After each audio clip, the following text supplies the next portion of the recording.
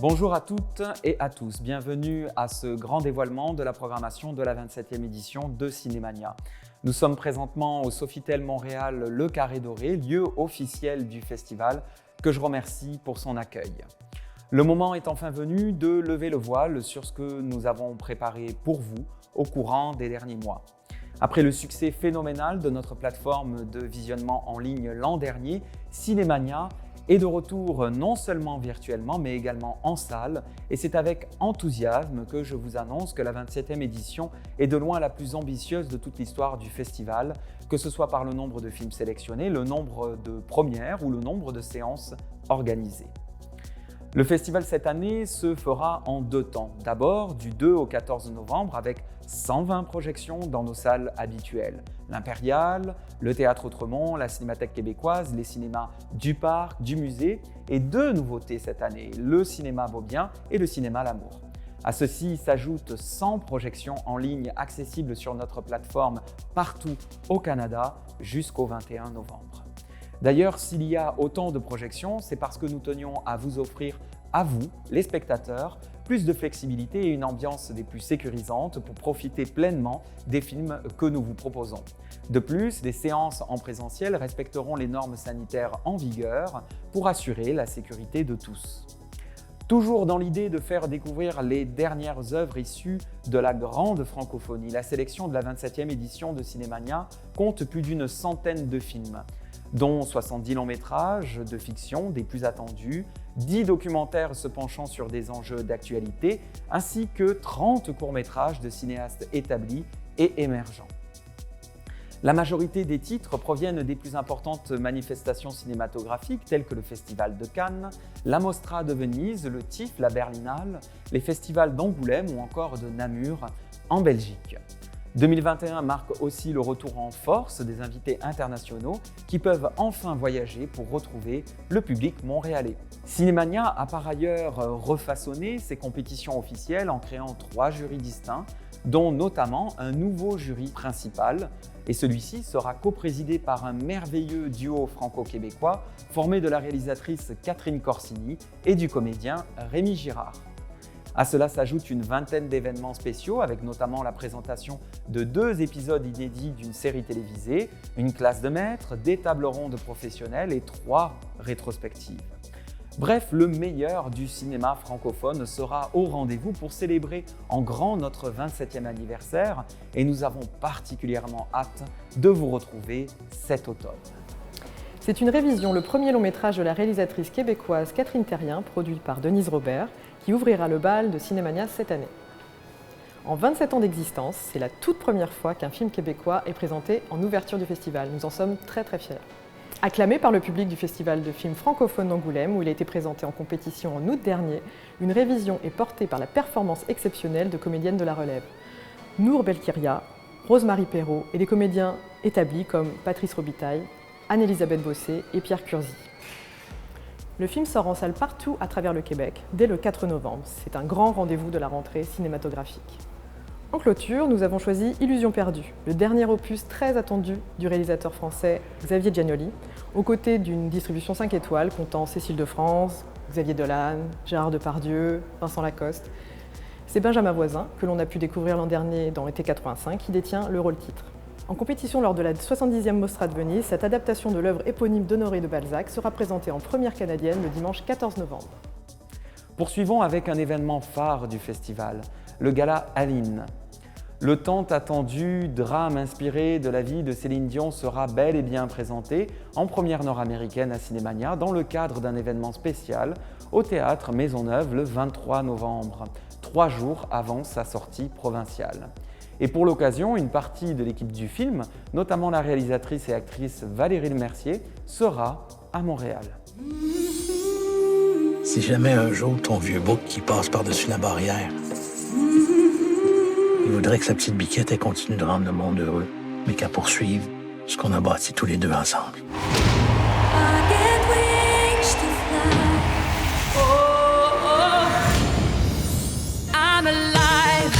On a un diamant brut. J'ai presque manqué de pleurer.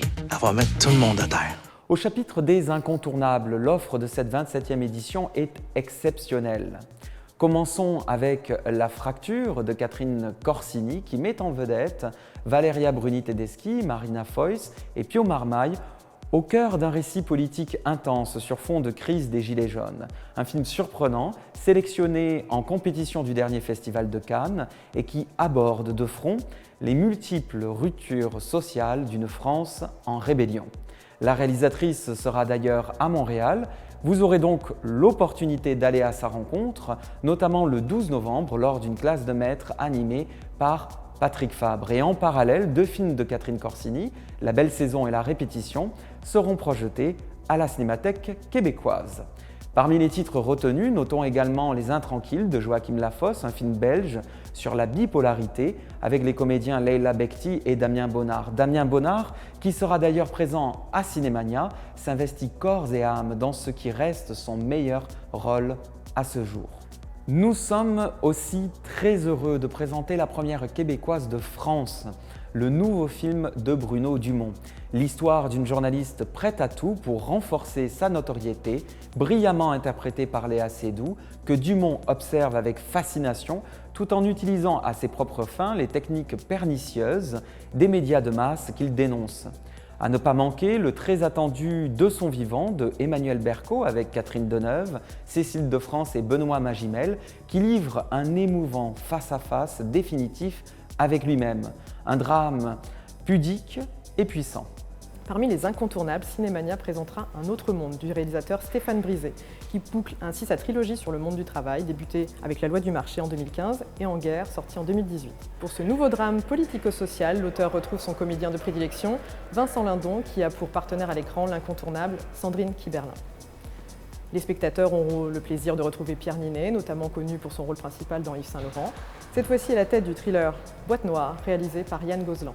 Toujours au chapitre des grands rendez-vous de cette année, ne manquez pas Serre-moi fort, le 8e long métrage du réalisateur et comédien Mathieu Amalric, qui filme avec délicatesse une femme qui se débat pour maintenir le lien avec sa famille, rôle incarné par la merveilleuse Vicky Krieps.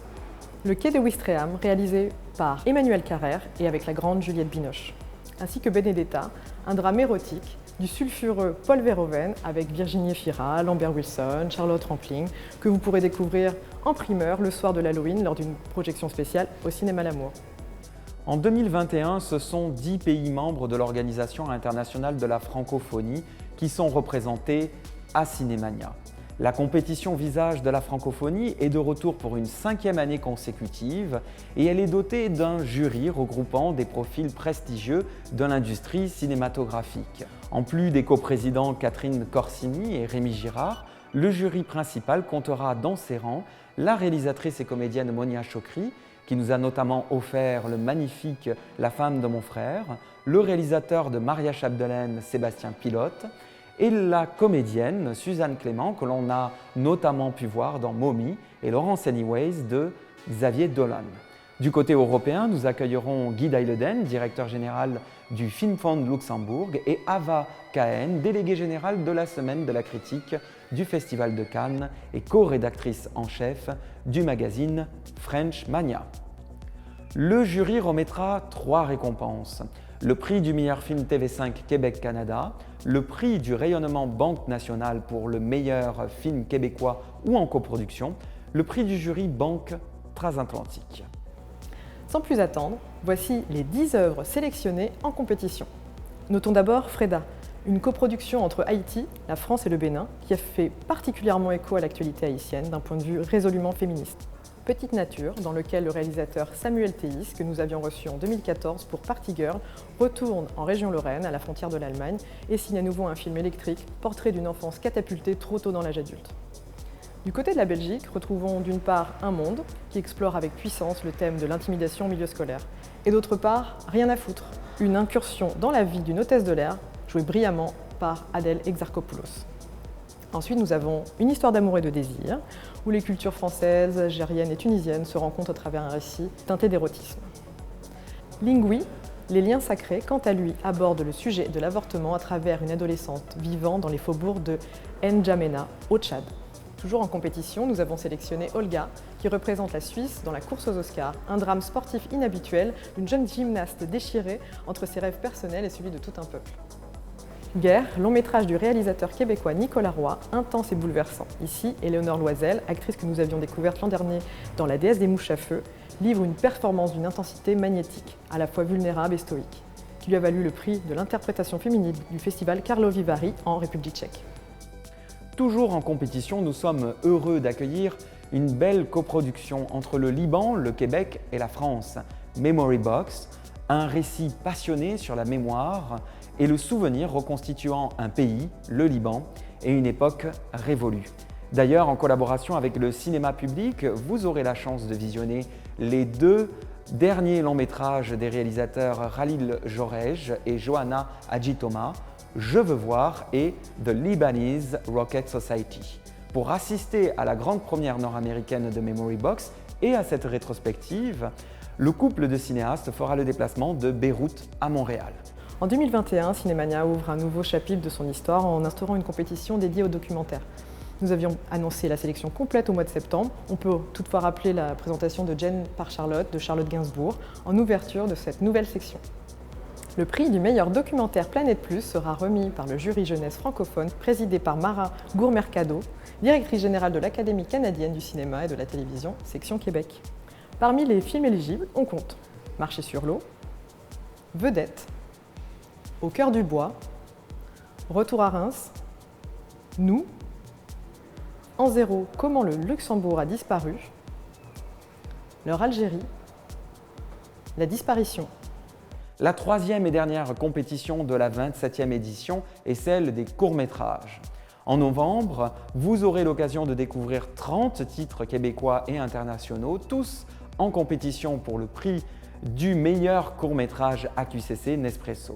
Le jury des courts est composé de 3 critiques de cinéma. Cinémania a non seulement renouvelé son partenariat avec le Festival international du film de Saint-Jean-de-Luz en France pour sa sélection française, mais aussi a fait appel à 2 programmateurs en or, Jason Béliveau et Catherine Pelletier, qui nous ont préparé un florilège de 12 films québécois hors du commun, témoignant de la richesse de l'industrie du cinéma et du format court au Québec. Le festival organise ainsi 2 nouvelles soirées du court, les 9 et 10 novembre, au Théâtre Outremont. Pour souligner le travail remarquable de ces 3 fondatrices, Cinémania a voulu faire un clin d'œil à Colonel Film, la compagnie de production émergente derrière Une colonie et plusieurs courts-métrages primés à travers le monde. Réalisée par Kalina Bertin, l'aventure Colonel Film, parcours de productrice québécoise, nous plonge dans l'univers de Geneviève Duluth-de-Celle, Fanny Drew et Sarah Mannering, qui nous racontent le chemin qu'elles ont parcouru depuis la fondation de leur entreprise. On vous donne rendez-vous le 8 novembre à la Cinémathèque québécoise en compagnie des colonels pour célébrer leur parcours.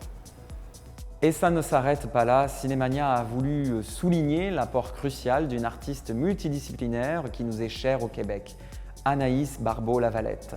C'est pourquoi nous avons produit et réalisé pour vous un 2e documentaire exclusif, Anaïs Barbeau-Lavalette, portrait d'une créatrice, qui sera disponible sur la plateforme en ligne du festival et diffusé en première à la Cinémathèque le samedi 6 novembre.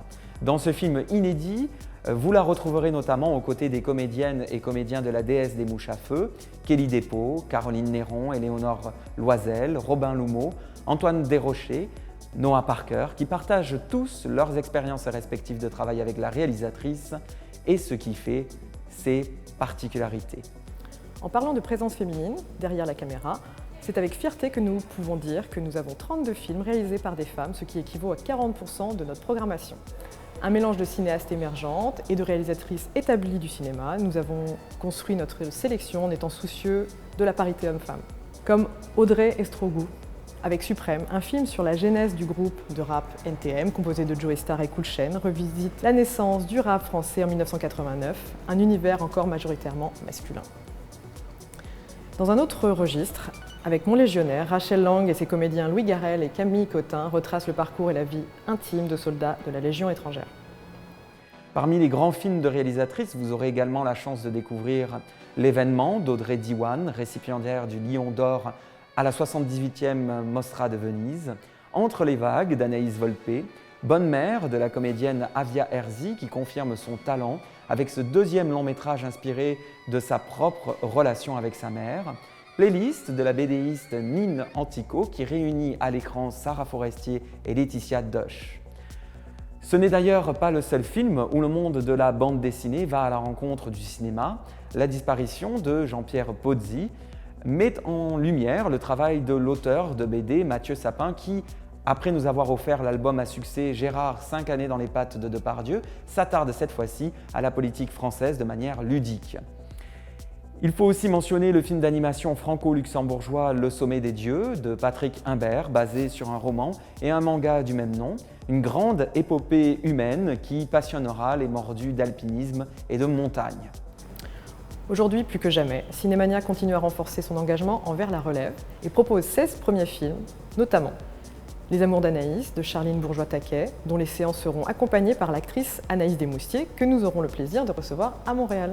Une vie démente du duo composé de Anne Sirotte et Raphaël Balboni, un récit lumineux malgré un sujet sensible qui joue sur une esthétique audacieuse et un don qui oscille entre humour et poésie, porté par une performance des plus touchantes de la part de la comédienne belge Jo Deuzer, que nous aurons d'ailleurs le grand plaisir de retrouver à Montréal en fin de festival. Pour terminer, je voudrais mentionner Les Magnétiques de Vincent Maël Cardona, qui a notamment remporté le prix de la Société des auteurs et compositeurs dramatiques de la quinzaine des réalisateurs au Festival de Cannes. Et comme toujours, depuis 1998, les spectateurs pourront voter pour le prix du public Meloponnine. Soucieux de ce qui se passe dans l'univers de la série télévisée, Cinémania poursuit la tradition avec la présentation des 2 premiers épisodes de la série événement Germinal, la plus récente adaptation du roman d'Émile Zola, récompensé par le prix du public du festival Sérimania. La série reconstitue avec un réalisme époustouflant le climat de tension sociale du milieu minier de la fin du 19e siècle dans le nord de la France et donne la place à un casting majoritairement composé de jeunes talents prometteurs.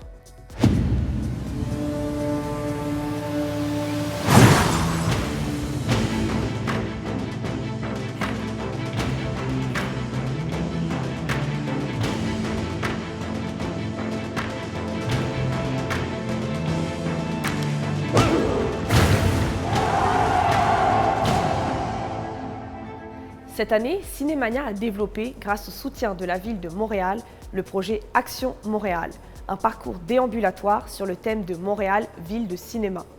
Action Montréal, c'est une expérience ludique et immersive qui vous plongera au cœur de Montréal, Montréal, ville de tournage. Rendez-vous sur la place des festivals pour découvrir les différents lieux de tournage emblématiques de la ville et les coulisses de création de scènes avec effets spéciaux conçus à Montréal via un dispositif d'écran. Il y aura également une animation vidéo sur les façades des bâtiments Wilde et Président Kennedy qui vous présentera dans une ambiance colorée et ludique des scènes de films d'ici et d'ailleurs qui ont été tournées à Montréal. Pour aller plus loin, l'exposition Action Montréal proposera également un parcours sonore mêlant récits de tournage et anecdotes dans son balado. Un ensemble de 13 stations sera installé à travers Montréal sur les lieux de tournage des films sélectionnés de l'exposition. Action Montréal se tiendra à la place des festivals du 1er au 14 novembre et le parcours sonore sera disponible à travers la ville avec son balado jusqu'en juillet 2022.